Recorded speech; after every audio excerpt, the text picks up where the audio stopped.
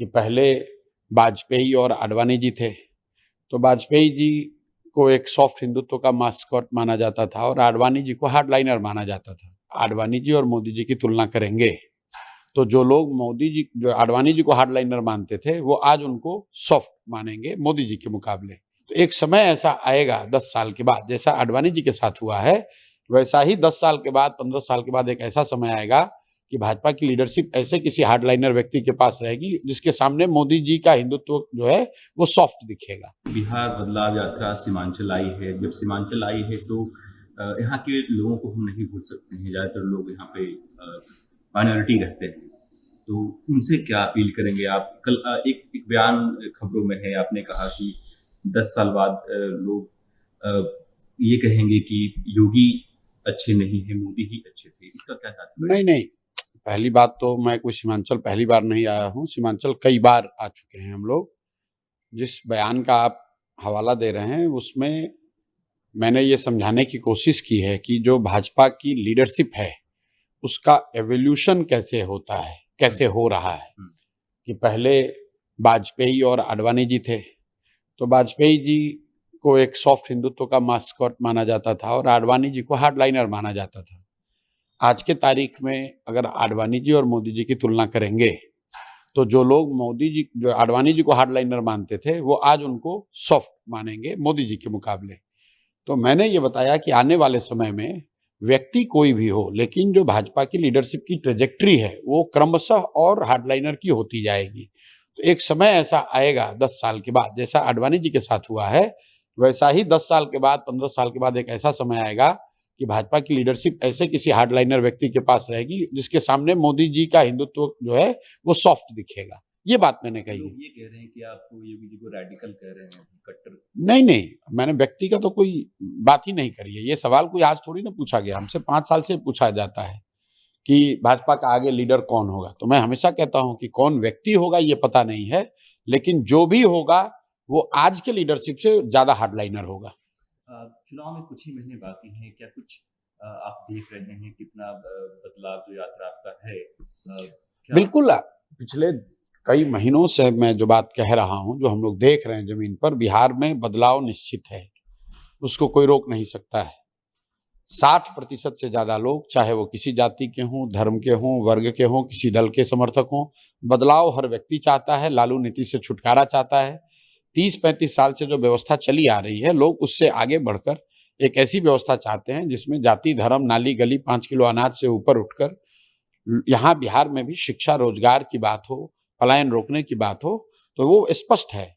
अब अगले 1 डेढ़ महीनों में चुनाव तक जनता को इतना ही निर्णय लेना है कि जब वो बदलाव करने जा रहे हैं, तो बदलाव के उनके पास 2 विकल्प हैं।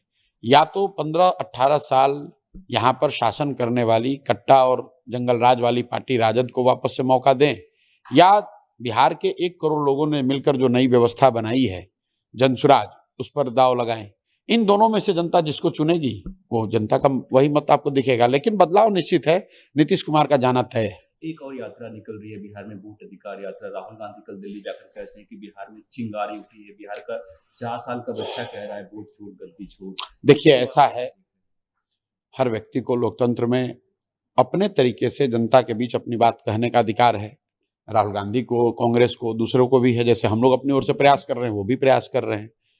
हमारी समझ से बिहार में सबसे बड़ा मुद्दा शिक्षा है, बिहार में सबसे बड़ा मुद्दा बेरोजगारी है, बिहार में सबसे बड़ा मुद्दा पलायन है, बिहार में सबसे बड़ा मुद्दा यहाँ का भ्रष्टाचार है।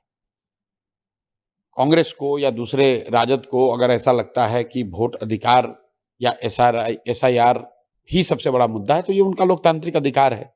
हर पार्टी को, जैसे भाजपा वालों को आज भी लालू का जंगल राज ही मुद्दा दिख रहा है, तो हर पार्टी को ये अधिकार है, वो अपना कहना चाहते हैं वो कर सकते हैं। कल संसद में मिनिस्टर्स क्रिमिनल बिल लाया गया, जो जेपीसी में चला गया है। देखिए, बिल कल लाया गया है, उसको ऑलरेडी स्टैंडिंग कमेटी में शायद भेजा गया है, मैंने देखा नहीं है। बिल के जो प्रावधान हैं, उसके पीछे अगर नियत को आप हटा दें, अगर गलत नियत कोई न हो, तो प्रावधान बिल्कुल ठीक है।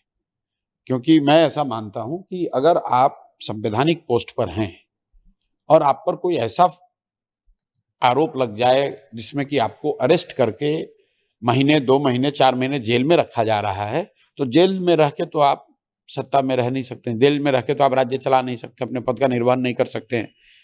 तो उस नजरिए से ये प्रावधान होना चाहिए। अब उस जो विपक्ष का आरोप है कि ये इसलिए लाया गया है कि विपक्षी मुख्यमंत्रियों को जेल में डाल दिया जाएगा, वो तो भाई आप कोई भी बिल बनाओगे तो उसमें इस तरह का दुरुपयोग की बात रहेगी ही रहेगी। इलेक्शन कमीशन तो संवैधानिक व्यवस्था है, लोग वहां पर भी दुरुपयोग का आरोप लगा रहे हैं और उसमें कुछ तथ्य भी है। तो कोई भी व्यवस्था बने, कोई भी कानून बने, उसका दुरुपयोग तो हो ही सकता है। बाबा साहब अंबेडकर ने ही कहा कि संविधान की ताकत, संविधान कितना अच्छा कितना बुरा है, ये इस पर निर्भर करता है कि संविधान को लागू करने वाले लोग कितने अच्छे और बुरे हैं। तेजस्वी यादव तो कह रहे हैं कि ये जो बिल लाया गया है कहीं न कहीं चंद्रबाबू नायडू और नीतीश कुमार को ब्लैकमेल करके सत्ता में बने रहने के अब भाई देखिए, ऐसा है, तेजस्वी यादव को राजनीति की ज्यादा समझ है, हमको उतनी समझ है नहीं। हम जो बात समझते हैं, मुझे लगता है कि पद पर रहने वाले व्यक्ति को अगर कन्विक्शन हो जाए और वो जेल चला जाए तो उसको पद छोड़ देना चाहिए। तेजस्वी यादव के पिताजी खुद लालू यादव जब जेल गए थे तो उन्होंने भी अपना मुख्यमंत्री का पद छोड़ दिया था। क्यों छोड़ा था? तब तो जेल से ही रह के आप चला सकते थे लालू जी, क्यों छोड़ा था?